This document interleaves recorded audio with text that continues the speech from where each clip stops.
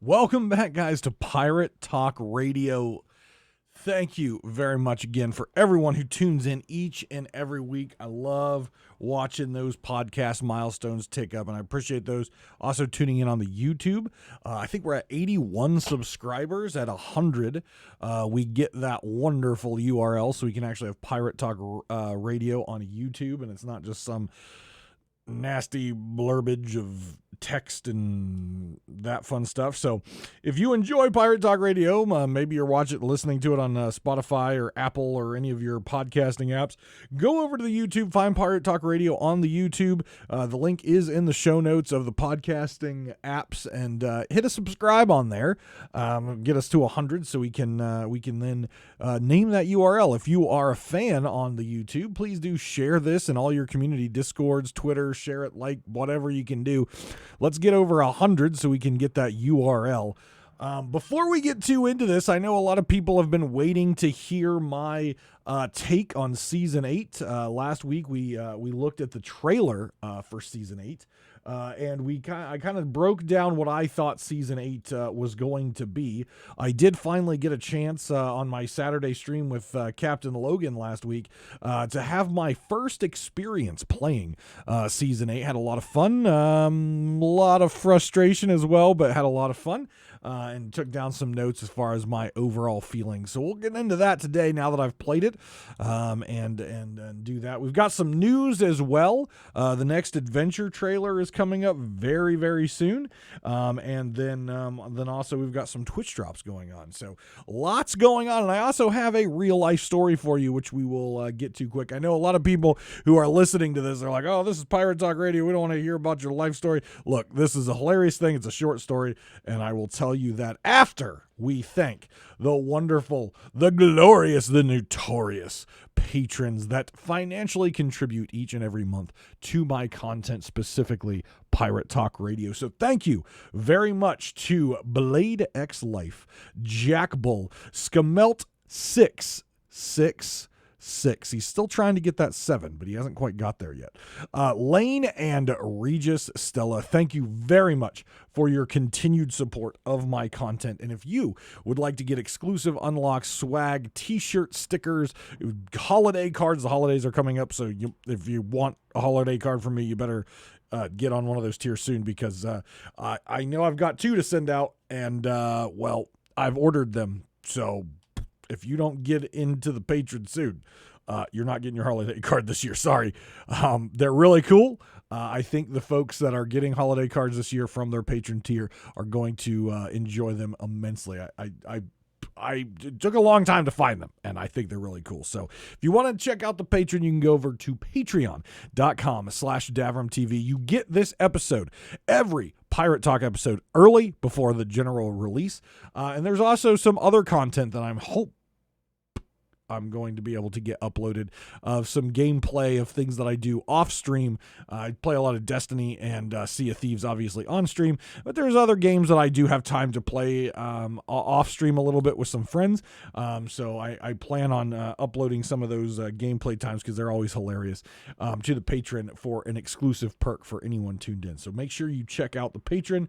Also, that is also where any patron exclusive perks, like our monthly meetings and stuff like that, that's where I will announce those. So if you are signed up to the Patreon, any of you folks that are wonderful supporters, make sure you are checking the Patreon. There is a Patreon app for your phone, but that is where I will post information as far as monthly meetings and things like that. I do plan on doing a movie night coming up soon, so that will also be talked about on the Patreon itself. So if you want to, again, check that out. If you're not currently a patron, you want to go check it out and see what you can get for your money, go over to patreon.com/DavrimTV. So let's start with this personal real life story. So as you all may know, or some of you may be listening for the first time and don't know, I do a lot of work with charity. All my stream money goes directly to charity. Raise a lot of money throughout the years, make appearances across the country, and raise money for Extra Life and helping children's hospitals. Well, because of this, I was requested to be at an event called Dinner with the Doctors. And what this is a very, very high roller, high end, big money event. Crazy food, open bar with ridiculously high end liquor. I was invited to come to this event because of the work I do to raise money. And again, thank you very much, anyone who has donated any of the years, any of the 9 years that I've done this. Thank you very much. Donations are open all year long. You can always get the link in the show notes if you want to throw $1 or whatever there. Again, all the sub money, bit money, all that stuff from the stream also goes there. So any sort of support on the Twitch or the Extra Life website itself goes, to the charity. But I was at this event and I was told via email that this event is business professional. And if you're not familiar with that term, that means you have to have a suit, a tie, and a button-down shirt. I am not a fancy person. Surprise, surprise. I don't get designer clothing. I just don't understand. I don't hate on people who do get designer clothing and want to look really nice all the time. That's good. That's cool. I'm glad that makes you happy. But for me, I'm a gym shorts, gym pants, sweatpants, tank top, t-shirt kind of guy. And I don't own a button down or a tie. I am 36 years old, almost 37 years old, and I do not own a button-down t-shirt or long sleeve shirt or a tie. I do, however, because I do Renaissance fairs and steampunk events and stuff like that, I do have a suit jacket, but I do not have a button-down or a tie. So I messaged the hospital representative and I said, look, I'm a gamer. And this isn't indicative of any gamer, but I am a gamer. I do work in corporate America, but in a company that you can wear a t-shirt every day if you wanted to. I don't own this. And they're like, oh, that's fine. I said, really? Because it says that I'm supposed to have this. And I said, I've got Extra Life t-shirts and that's the charity. So I'm just going to wear one of those with a suit jacket. And they said, that's fine. Now, mind you, that hospital rep was not in attendance that night. But as I drove up, mind you, when I pulled up for valet parking, okay, I don't do valet parking. I park myself all the time. I walk to where I need to go, parking garages, stuff like this. This was required valet parking. Okay, so we're already in a realm that I am not used to. I have to get out of my car and hand my keys to this nice person who then drives my car somewhere I don't know, and I claim it later. I have a 5-year-old Nissan Altima, and my license plate is very nerdy. I don't often take it through a car wash, so it's not exactly spotless on the outside. And as I'm pulling in, there's like Cadillac, all shiny. Mercedes, all shiny. BMW, Audi, Jaguar, all shiny and polished. And I'm like, oh, fuck. This is not my place. So I get out of my car, I hand my keys, and I walk into this place. And mind you, I have never seen so many rich people in one place in my entire life. Everyone is in suits and ties and furs, and there's more gray hair than I have ever seen in my entire life. And literally, I walk in and I thought I had stepped back into the Middle Ages and I was a leper. I had so many judgmental looks of my t-shirt with my suit jacket on over. I felt like the biggest awkward turtle in the world. And I did talk to some people, and I've got some really cool things lined up next year for the charity, but God, I was uncomfortable. And it was a lovely dinner, great drinks. I mean, high-end catering. I was out of place. This was not my world. My world is behind a camera. My world is behind a table. My world is in the gym. And this was none of those things. And I wanted to hide. There's a picture. If you go over to my Twitter, you can see a picture of me that evening, in my t-shirt and suit jacket, just kind of standing in a corner, sipping on my smoked Manhattan and just wanting to die. So I just wanted to share that with everyone because I know there's a lot of people out there who listen to this show who have social anxiety. I'm usually okay in social situations. I don't really like big crowds. It makes me uncomfortable, but I deal with it with both the charity and Pirate Talk Radio appearances and stuff like that. I deal with it, but I was so uncomfortable. So anyone out there who suffers from social anxiety, I get you. I feel you. I was in this situation. I was very uncomfortable. I kind of hid in the corner and sipped on a drink. So there you go. There's my awkward turtle moment for the week. Yeah. So let's get into Sea of Thieves because you're all like, I'm 10 minutes into this fucking podcast and he hasn't mentioned anything about Sea of Thieves. So let's do the news first. So first off, real quick, if you want to watch the trailer for the next Sea of Thieves adventure, it launches next week. I believe it launches on Monday. And this is the adventure that revolves or starts to reintroduce a long villain in the game or anti-hero or whatever you want to call her. I didn't ask to be cursed. Captain Briggsy, and the trailer itself has what's her name? I always forget her name. Is it Tammy? It's not Tammy. It's Tasha. Tasha. She is the kind of the main front picture of the trailer. I believe it premieres on Monday on the Sea of Thieves YouTube. So we will cover that next week, but I'm super excited about that. I think Briggsy is a cool character, obviously very underutilized, though she has mentions in several Tall Tales. You only get to see her once, and that is when you fight her in the Tall Tales. So I'm really excited to see what they do with this, just because, again, we killed Briggsy, or we quote-unquote killed her. She was already a skeleton.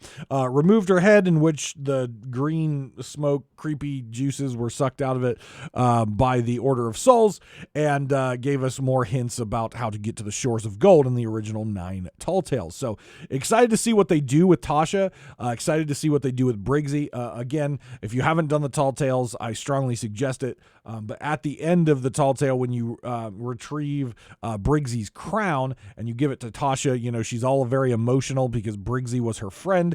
Briggsy was her idol, and she is the barkeep. And she said that maybe, the time to go out on the seas and become a pirate princess isn't over for her. So I'm excited to see what they do with this storyline. Obviously, it breaks apart from the Flameheart storyline that we've been doing for so long. It breaks off from the Dark Brethren, and it has an opportunity here to take a new turn in the story. So I'm excited to see what they do with Tasha and what they do with Briggsy. The other thing going on right now, this weekend, when this releases to everyone, drops will be already well underway. So make sure you're getting over to Twitch and tuning into a Sea of Thieves partner. There's a whole bunch of new partners out there, so make sure you go and give them some love. But this is your opportunity to pick up the Eastern Winds equipment. So that is the lantern and the shovel, the speaking trumpet, those type of things. There are 4 items that you can get, so 4 total hours that you need to watch a partnered streamer, claiming the drops each hour before you actually get progress on the next drop. So make sure you go over to Twitch, check out a Sea of Thieves partner, and make sure you are getting your drops. The Eastern Wind set is a very nice recolor of the Ashen Dragon set. Really, really nice recolor with some blues and some gold and some like dark black colors in it. So really, really nice recolor, I think. But if you're interested in getting those, if you're a completionist, collectionist like me, make sure you go over to Twitch, check out a Sea of Thieves partner, watch for 4 hours. Make sure your proper account is linked for the Twitch drops, and get your Eastern Winds equipment. Season 8.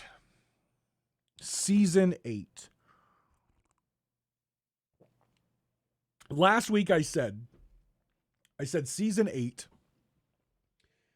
is the greatest update that Sea of Thieves, I said it was the biggest game-changing update that Sea of Thieves has ever done. Bigger than a Pirate's Life. Bigger than Hungering Deep. Because it impacts so much of the game. and it impacts a piece of the game that, in all honesty, has been forgotten. And I won't say forgotten by players, but has been forgotten by Rare, and that is the PvP side. Now, I'm not saying Rare does not think that its game is PvP. I'm not saying that Rare is not constantly working on ways to improve PvP. But what I'm saying is, if you look through all of the updates, aside from when they introduced Arena, the game has been primarily focused on PvE content, so story content, introducing adventures, tall tales, new voyages. And yes, all of those things then encourage PvP for pirates like me who like to go out and attack and steal. But actually a PvP-centric update, Arena's been the only one that we've really truly got, which really says, okay, if you are interested in PvP, this is your update. This is what you can go do. Go do this if you want to PvP. Season 8 is the PvP update. And I said last week, now you have PvE servers and PvP servers. Not actually, but in all honesty, if you go out and you want to do PvE stuff, you are much less likely to get attacked by someone, because anyone who wants to PvP are actually diving down and invading someone else for PvP. So it's making the seas more PvE centric for those players who are not interested in PvP. With all of that being said, I think this update can quickly and unfortunately lose its hype and become dead very quickly. This update has been out for a week, and people are still enjoying it. Obviously, people are still trying to unlock cosmetics, which is always a big driver. They're trying to get the new curses, either the skeletal curse or the Athena ghost curse. So there's a lot of players playing right now. However, there are a lot of issues. And I was surprised. I was actually talking on stream last night when I was playing Destiny with some of the Pirate Talk Radio folks who pop in and talk Sea of Thieves regardless, which is absolutely fine. And I encourage you to pop into the stream and talk about anything regardless of what I'm playing. I love conversation, and we can talk about anything. I might not know shit about it, like someone was talking about football or soccer and the World Cup. I have no idea what it is. But if you want to come in and talk about it, we can talk about it. And I will have a conversation with you, but I don't know much about it, but we can have a conversation about anything. That doesn't break Twitch TOS, of course. And in this conversation, it was brought up the issues of Season 8. And I said I was surprised that Season 8 has been out for a week and there has not been a hotfix. Because I have gotten the major issues that I've either experienced or observed written down, and I've got them broken apart into two groups. I have game-breaking issues, and I have annoying issues, and then I have a special category for the last issue. And with some of these, especially game-breaking issues, I am surprised Sea of Thieves has not done a hotfix, because some of these game-breaking issues are literally game-breaking. It literally puts you into a match that is impossible to win, or reduces your chances of victory by so much it's not even worth playing. There are also the annoying issues, and these issues I put under annoying because you can avoid them. But it's the nature of the game, and these are player-driven issues, not rare coding issues. So we'll break these down in that way. But again, I want to be very clear, because some of these will be the classic Davrim rant, and I will get heated about them. But I think Rare did with all the, this had to be a major undertaking for a very long time for some of these coders, because this is a major, major update to the game. And I want to be very clear in stating that I think Season 8 is a great season, and it has great potential. Right now, it is a great idea with average execution. And some of you may disagree and say the execution's fine because you haven't experienced some of this stuff. But if you start experiencing some of these things, you may quickly start to say this game is stupid, this game is unfair, this game is ridiculous. Because there's a lot of players out there on Twitter you can see that are going absolutely ham on Rare because some of these things are unforgivable. But some of these things are also outside of Rare's control because it is a sandbox game. And it is a game where players are going to find ways to win regardless. And I always say, it is not Rare's job to code in a way that makes other players play the way you want them to play. That's not how this game works. This is a sandbox game. This is an open world game. This is a game where you get to play however you want within the rules. Maybe that involves running. People don't like that. Maybe it involves alliance servers. People don't like that. Maybe it involves silent boarding. People don't like that. Maybe it involves double gunning. People don't like that. Maybe it involves sword lord spamming M1. People don't like that. But at the end of the day, that is the player's individual choice to do those things. And it's not in Rare's world to hard code something in there to stop it because it's annoying and all of those things can be avoided mostly. And it's not game breaking. It's annoying. It's frustrating, but you can just either overcome it or you can move on. And players are going to be players. And in a game like Sea of Thieves where there's very few rules and you want to be able to experience and play the game you want to play, this is going to happen. It doesn't matter what Rare does. This is going to happen. You are always going to have players finding ways that you may not like them playing, but that's their way of playing. Okay? So let's start with the game-breaking issues. These issues are truly game-breaking, and these issues are unforgivable that these were not addressed and fixed before this was released. First, this is a PvP season, and the feature of diving down and invading is all about PvP. It is also naval focused. You know, you can get boards, you can spawn camp if you're one of those folks and try to TDM whatever you want, but at the end of the day, you have to start on your boat.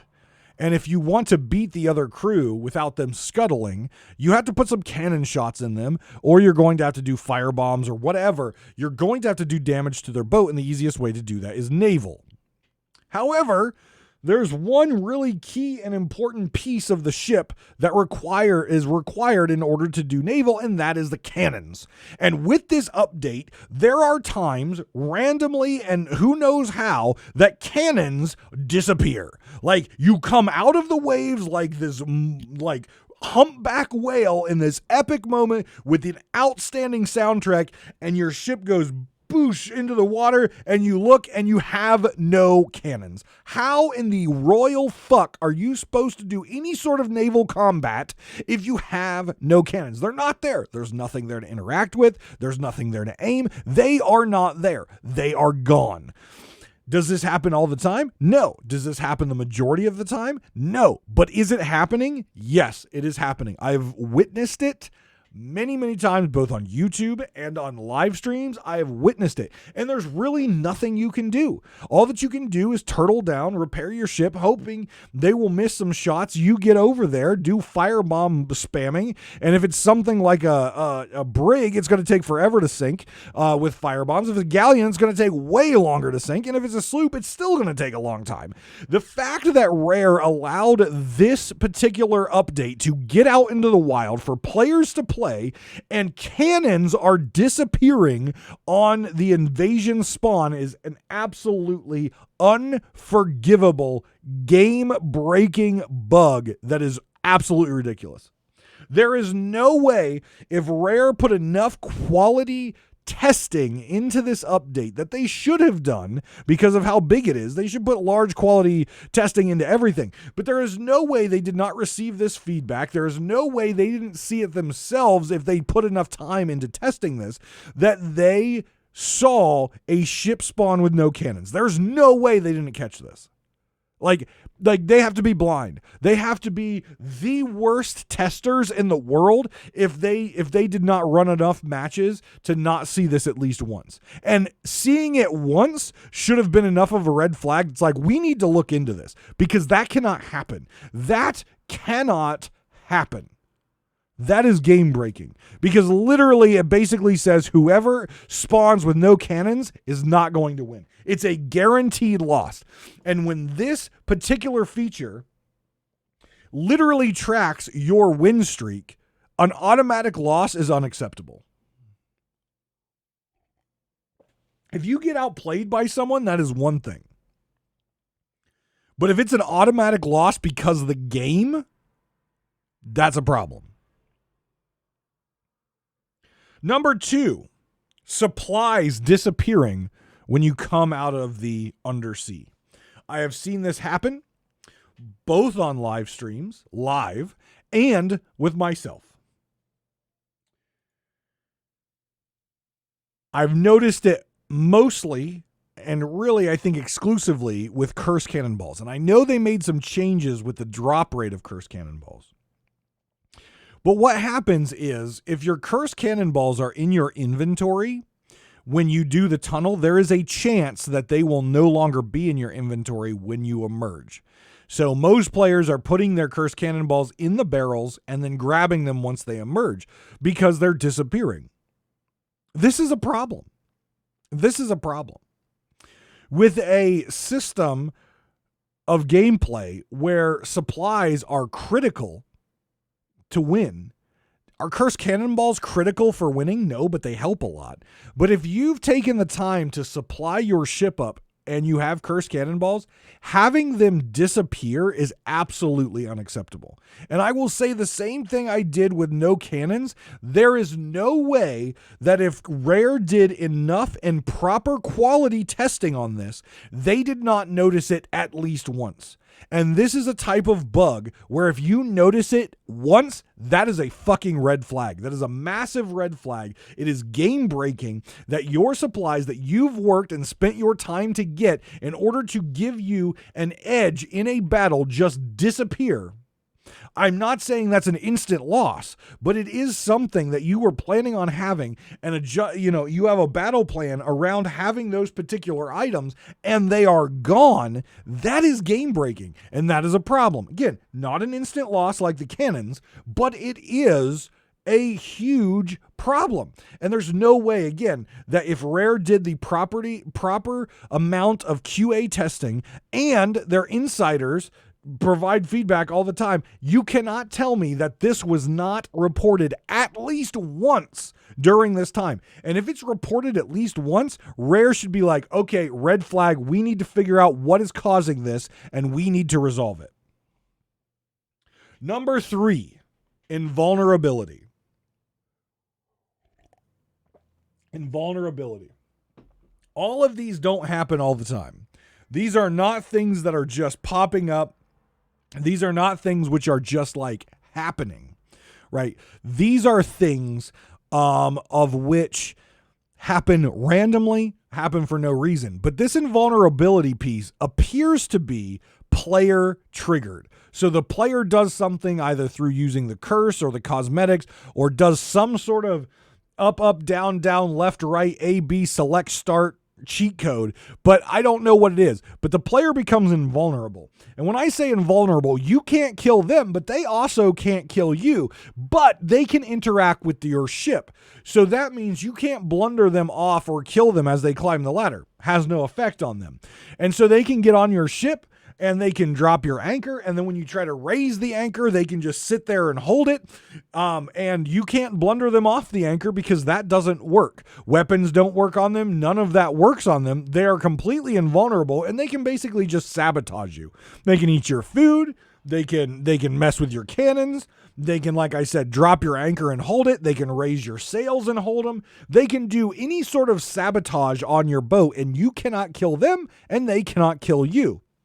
Again, this is completely game breaking. Now, I do believe this is player done. And I believe this is an exploit that the player is actively trying to become invulnerable like that in order to be able to do these things. And I believe that, these players who are doing it should 100% be banned. But we are now a week into this season. I'm sure there's been plenty of reports of this out there because I've seen it all over Twitter, and I've seen people bitching about this and showing video clips with gamer tags and doing this. Rare should be diving into this. We should have already had a hot patch on this particular season for those three things, period, end of story. Those three things, along with our bonus issue, which has its own category, should have already been hot patched. Because right now, those three items, mixed with our bonus item, which is the last one we'll talk about, are causing players to become discouraged and not play this anymore. Where you were getting instant queue times in the first couple of days, you're now having to wait 5, 6 minutes, 10 minutes, 20 minutes. Even on a duo sloop, you're still having to wait time because players don't want to enter a battle where this kind of shit is happening. It's unfair, it's unacceptable, and it's just shouldn't occur. Now, some of those players who are not queuing up are queuing up with our next section of issues, which I call the annoying issues. And the reason I call it the annoying issues is because these are issues caused by the player, not the code. All right? Well, one is kind of caused by the code because they had it fixed at one point and now it's back. But it's overcome. You can overcome it. Okay? So let's start with that one. That this one is code, but it's just annoying. It's not game breaking, and that is silent boarding. Silent boarding has been a thing that has came into the game and has exited the game multiple times. It's very annoying, the fact that you can flash your weapon up in an aim down sights mode or sword up and block, grab the ladder and make zero noise grabbing the ladder instead of the little sound that it makes when you grab the ladder normally. And a lot of times, because you don't make the sound, if the crew is deep into battle, you can easily get aboard, start killing, drop the anchor, etc., before they even know that you're there. So again, this has been an issue that's fixed, and Rare has a long-standing issue of fixing these annoying bugs and then reintroducing them down the road because they're just not able to navigate their spaghetti code and keep things in line. I personally think silent boarding coming back in is completely unacceptable. I think Rare should be ashamed at their coding with this, and I think they really need to focus on making sure when they fix a bug that it doesn't come back. There should be certain things that before they release an update, they are tested thoroughly. Silent boarding, food reg, bucket reg, double bucketing, X cancel stuff. Those things should be tested every single time. Every time. They should have one person who just literally for hours a day before they push this update out, test silent boarding, test bucket reg, test food reg, test that kind of stuff, test X cancel, and making sure that stuff does not get reintroduced in the game. Rare has came out many times and saying these are bugs, these are unintended issues, but the problem is they keep letting it out in the wild. They keep fixing it, making the game better, making players happy that they're gone, and then reintroducing it by mistake because they don't know how to properly navigate the spaghetti code that Sea of Thieves is built on.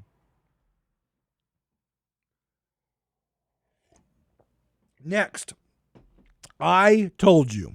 The next one I called when this was introduced as the PvP season. I said one of two things. I said, one, Alliance servers are going to be pissed off because they're not going to partake in this. They are not going to be able to partake in this, just like they can't partake in captaincy.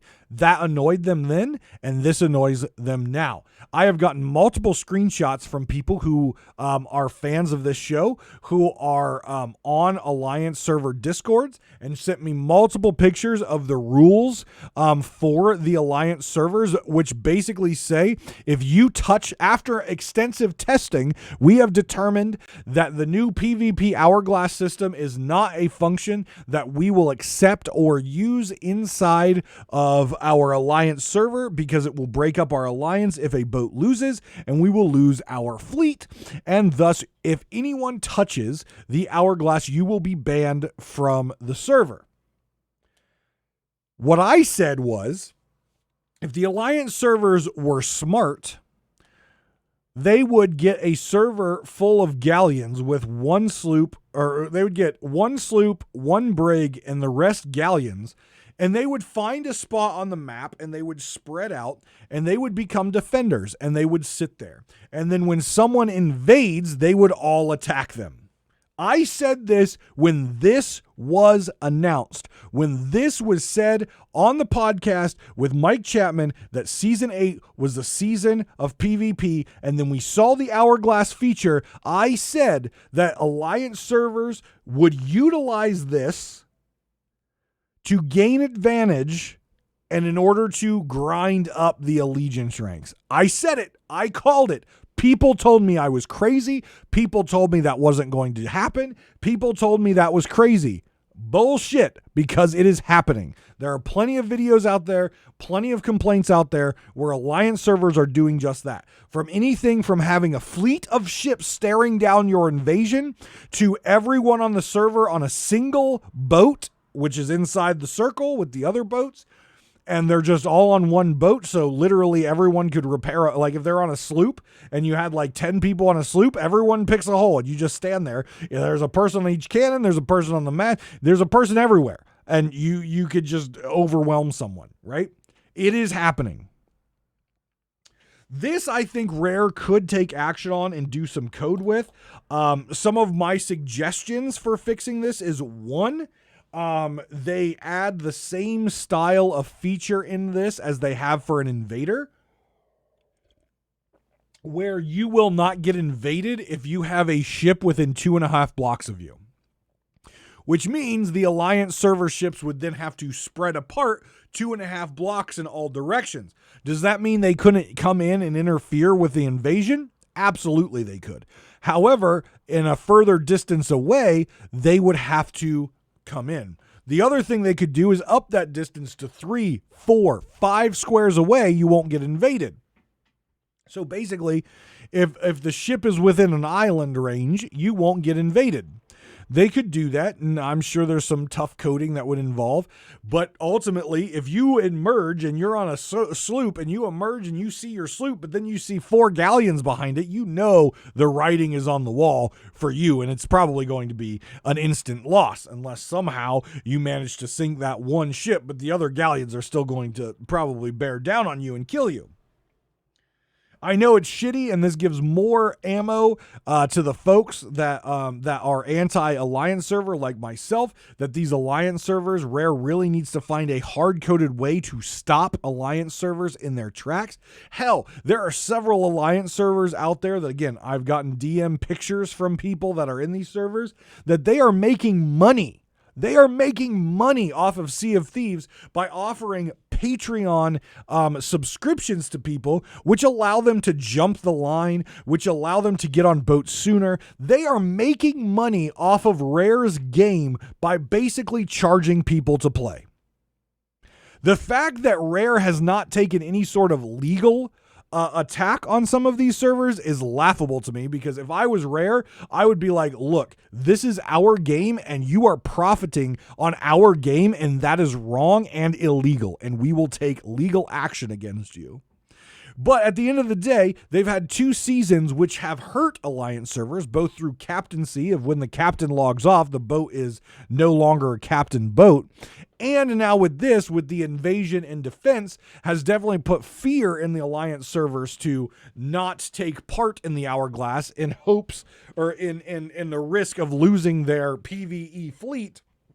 But some of them have a little bit more balls than others, and are taking action in order to allow themselves to take part in the allegiance system by making it a 4-on-1 or 5-on-1 situation. The final one that I have here in the issues for annoying issues is an issue that has been part of Sea of Thieves for a long time, and that is running. I was watching LD Silver the other weekend after I got done streaming, and he had a fight with someone that lasted 2.5 hours because every time they got hit by a single cannonball, they would run in the opposite direction. They would come back to fight, but every time they got hit by a single cannonball, they would turn and run in the opposite direction. Finally, after 2.5 hours of fighting, one of LD crew, I believe the crew member that LD was with, finally got aboard. They tried multiple times, but the ladder guarding was pretty good. Finally got aboard and killed them quite easily once they were on board, and then the battle was over. But they continually ran. And I have been a huge advocate of saying, even runners in Sea of Thieves, you have a way to stop them. A lot of people get very frustrated with runners. A lot of people, I understand why you get frustrated with runners. But at the end of the day, this is a naval game. Outsail them. You now have a reduced area in which they can sail. You can use strategy to cut them off and push them in directions that you want them to go, because ultimately, if they're running from you attacking them, just cut them off. It's a circle. You can look where they're heading, and you can adjust your heading and actually put some strategy in there. A naval game is not I punch your face, you punch mine, and we will see who passes out first. If you want that type of PvP, go play Overwatch. If you want that type of PvP, go play Destiny, Halo, Apex, where you literally punch someone in the face and you see which one of you fall over first. In Sea of Thieves, there's a lot more strategy involved because of the naval combat.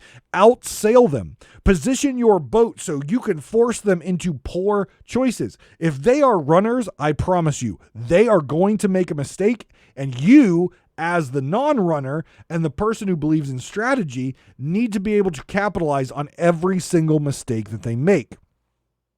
So, am I saying get good, son? Yes, I'm saying get good. If you don't like runners, get good. Learn strategy, learn how to be a better salesperson, and figure it out. You can do it. I promise you, you can. With that being said, obviously battles that last 2.5, 3, 4 hours because someone is doing that is very frustrating and annoying. I do believe, though I do not like Fortnite or PUBG or Apex Legends, I do believe Rare in the future, maybe down the road, second or third update of the season, based on what they see in the data, they need to institute the ability of the circle to shrink. I'm not saying make it shrink quickly. I'm saying after 20 minutes in a match, it should start shrinking very, very slowly and start coming in and coming in and coming in, forcing those matches which are going long. And again, the longer the match is, the queue times are also rough. You want to keep that queue fresh. You want players to continue to queue in. So if you start to shrink the circle, you're going to start to end those matches sooner and quicker. And I know for those of you who are out there saying, but I really like some of these long fights. I've had really good long fights. I understand. I get that. Long, good fights are amazing to have, and they feel really good if you win, feel bad if you lose, but they're still a good fight. But a shrinking circle would make sure that the players queuing in were cycling through much, much quicker. So I'm not saying that the circle should just go like my asshole when I'm scared. What I'm saying is after 20 minutes, they start to move in, and maybe they move in one square every 5 minutes after that, or every 10 minutes after that. And it eventually shrinks down to, you have one square of space, and that's where it stops. I think that would be a good way in order to keep these matches completing, stopping the runners, and making sure that the player pool is staying cycling. Now the special one. And I know many of you at this point have probably guessed what the special one is. This particular item in Sea of Thieves has always been used the exact same way people are using them today. It was used like this in the arena, and it was used like this in the adventure. The difference between then and now is with the ability to stock up and only doing PvP fights, you have the ability to have a ridiculous amount of this particular item, and it is causing a lot of frustration and a lot of just poor overall game experience, and that is the Blunder Bomb. I think the Blunder Bomb is a great tool. I think it's something that is very important. I use it all the time, especially in boarding. You can obviously manipulate the direction of a ship. I think it's very, very good. However, there are major issues with Blunder Bombs right now. The reduced space that you have to sail and the maneuverability specifically of the larger ship, the galleon, and these Blunder Bombs. If you have 4 cannons and you have one person whose sole job is just to fire Blunder Bombs the entire time, you will completely disable that other galleon's ability to turn. You will completely take them out of the game as soon as you start that Blunder Bomb spam. The other team cannot break it, no matter which way they turn their wheel. As long as that person continues to hammer the Blunder Bombs into a particular spot on the ship, which is a skill shot, by the way, you can keep them right in line, right in your broadside, and win. Now, obviously, if you are a good crew with good cannons, you can knock people off cannons, etc. But the Blunder Bomb definitely at this point in the game with this particular feature, I believe, do need a rework. I don't know what that rework is. I don't know what the balancing is, but with the amount of supplies that you can take into these particular events, having someone basically chain firing Blunder Bombs the entire time is definitely not a good experience in this game. My suggestion to Rare, my suggestion is until you figure it out, disable the Blunder Bomb from being fired out of a cannon. That is my suggestion. You already have a particular ammunition which cannot be thrown. It can only be fired out of a cannon, and that is the Cursed Cannonball. Make the Blunder Bomb the opposite of the Cursed Cannonball, at least for the time being. You can't fire it out of the cannon, but you can still throw it, and I think throwing it is absolutely fine. It's a great thing for melee combat, but stop it from being fired out of the cannon. The firebomb doesn't do much. Obviously, it can be an annoyance. It can cause, newer crews a lot of issues, especially on a ship like a galleon. But at the end of the day, the firebomb doesn't mean a whole lot. It's just an annoyance thing. But what I can say is the Blunder Bomb is causing a lot of issues right now because of the sheer amount of them that can be put in the barrel. Maybe you limit the amount that you can store. Maybe you limit the character holding amount down to 2, so they have to go back and recharge them more often. Maybe you stop in a barrel. You can only have a stack of 20. And then you can't put any more Blunder Bombs in there, whatever. I don't know what it is. I think the easy solution is to make them the opposite of Cursed Cannonballs, at least for the time being, until a better idea can come out. And that is turn them off where you cannot fire them out of the cannon, but you can still use them as throwables. I think that's personally fine, but it doesn't feel very good when you are getting Blunder Bombs spammed and you can't do anything. It literally takes you out of the game. It's a very frustrating thing. And quite frankly, as a player who has used and knows how to use Blunder Bombs, both in cannons and throwing, the games aren't as fun if I sit there and just Blunder Bomb spam you and sink you that way. It's just not as fun. I know wins are fun. I know winning is fun, but I don't know. I don't feel the same sort of success and the same gratification out of a victory when all that I do is put like a couple holes in you with cannonballs and then I Blunder Bomb spam you so you can't repair the holes, you get killed, but you can't turn your boat. I think they just need to turn them off as fireable items and just make them throwable.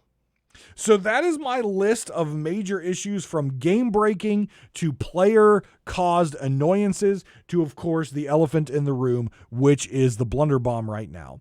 I put a poll up on Twitter this week, and thank you everyone who took part in it. I was actually surprised at the results, to be completely fair with you. The tweet went out and it had a poll attached. 364 people responded to that. And so thank you if you were one of those people who jumped on that poll. It gave some really cool insight.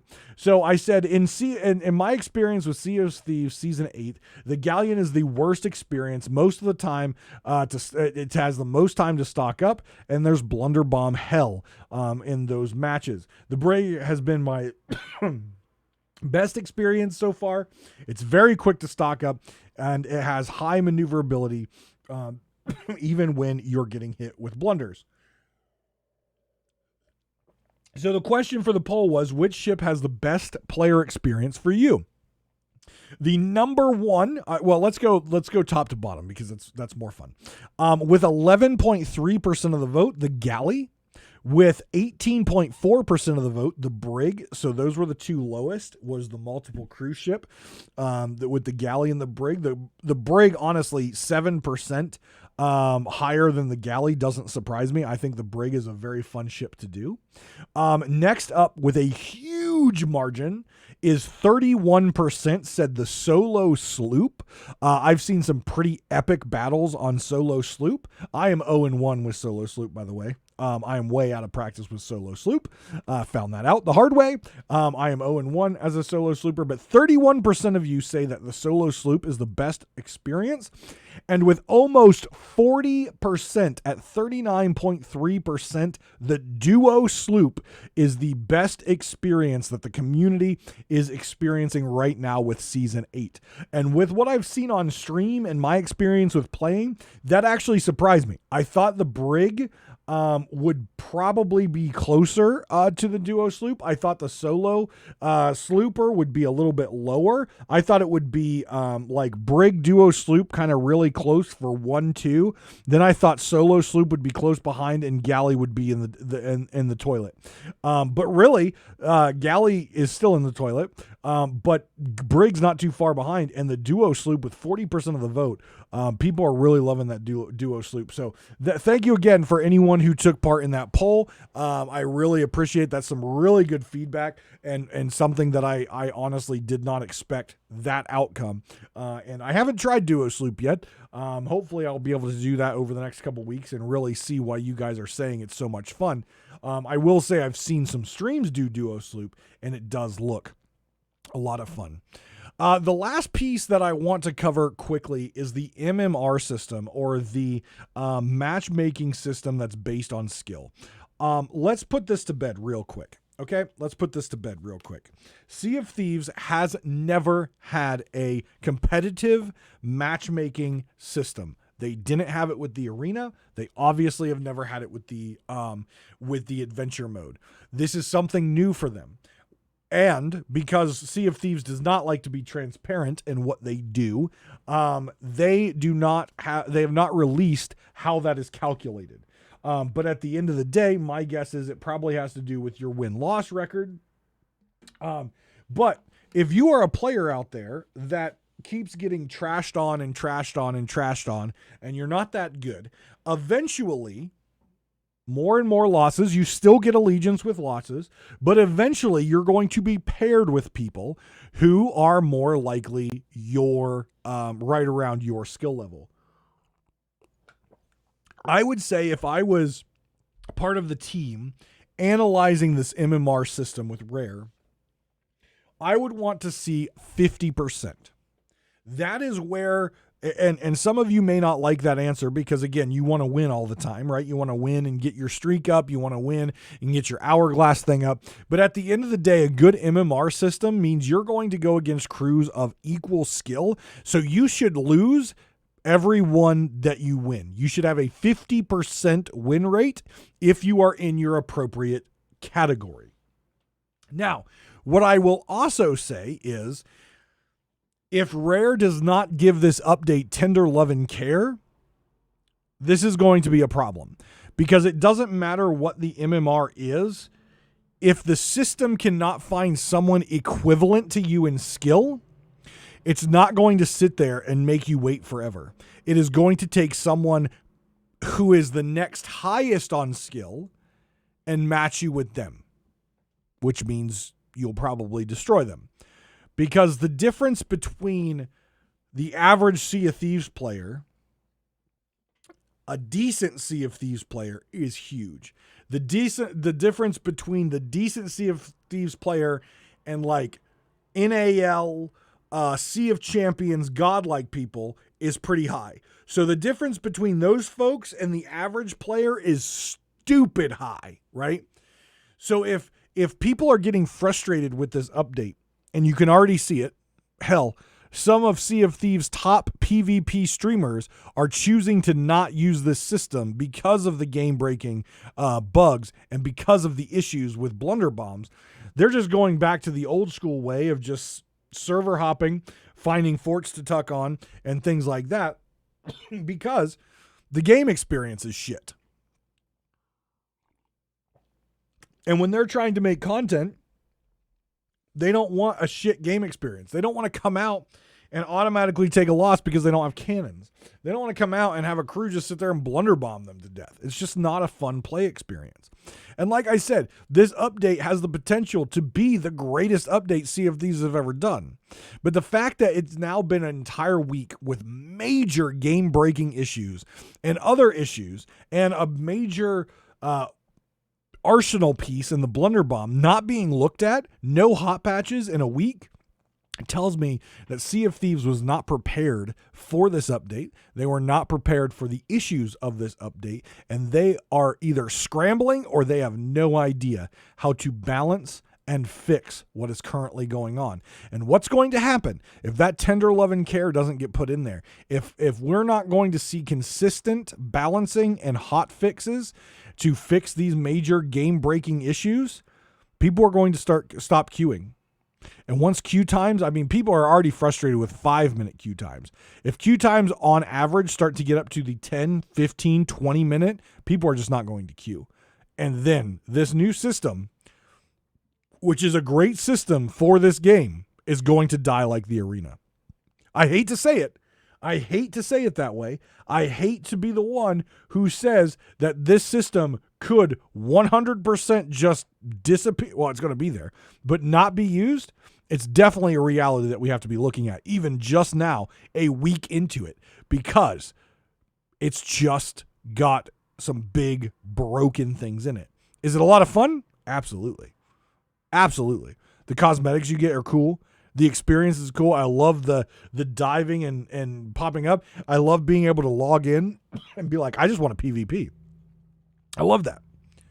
But it's not going to be a system that lasts unless Rare takes a very hard look and consistent look. I'm not saying look at it each season for your major update. I'm saying you should have people looking at it daily, every other day. There should be a team assessing what is currently the health state of Season 8 each week. There should be a major meeting at Rare where they're looking at live streams. They're looking at player statistics. They're looking at their MMR system. They're looking at their stats. And they should be assessing it. And if need be, making hotfix changes each and every week to balance it and make it better. Because like I said, people aren't going to hang around if it continues to be in this state. Guys, thank you very much for listening. I hope you're having fun out there. I hope you're getting close to your curses. I know I've got a long way to go, but anymore, I'm just enjoying playing when I can play. Talking about the game that I love, and eventually I'll get my curses. Eventually, even if I have to queue for 30 minutes because the update's dead in a couple months. I don't think it's going to get that way. I don't think Rare will let it get that way, but I have my concerns right now. Next week, we'll talk about the new adventure trailer and everything else going on in Sea of Thieves. Take care of yourselves, guys, and each other. And I will see you next week on Pirate Talk Radio.